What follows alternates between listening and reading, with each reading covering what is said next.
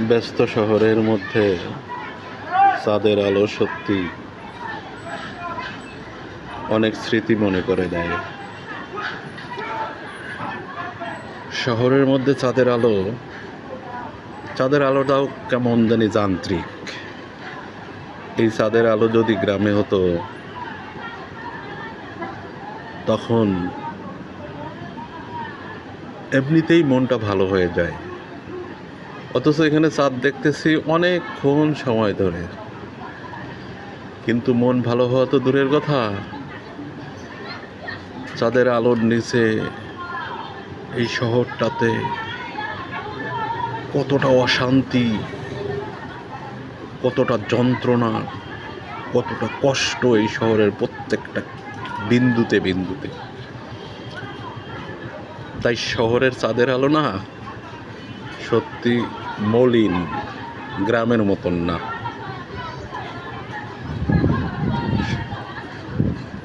গ্রামে চাঁদের আলোর সৌন্দর্যটাই আলাদা, তার মুগ্ধতা আলাদা। সেই চাঁদের আলোতে কত কবি, সাহিত্যিক,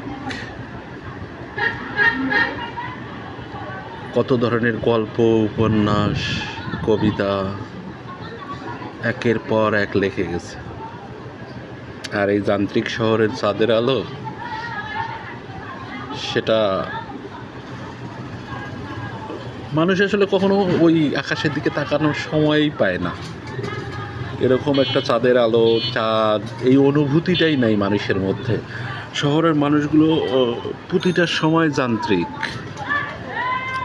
এককেন্দ্রিক চিন্তা, নিজেকে নিয়ে চিন্তা, শুধু নিজে ভালো থাকার চিন্তা, নিজে বড় হওয়ার চিন্তা, এতেই ব্যস্ত এই শহরের মানুষ।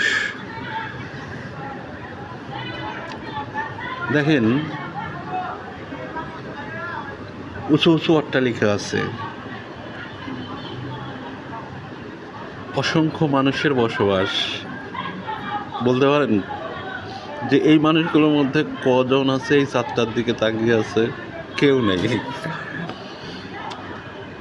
কারো সেই সময়টুকু নাই যে চাঁদের এই সৌন্দর্যটা উপভোগ করার, ওই মনটা নাই আসলে। সবাই ব্যস্ত শুধুমাত্র যে কত বড় হওয়া যাবে, তার ভবনটা, তার বাড়িটা কয় তালা হবে, কত বিশাল অট্টালিকা হবে।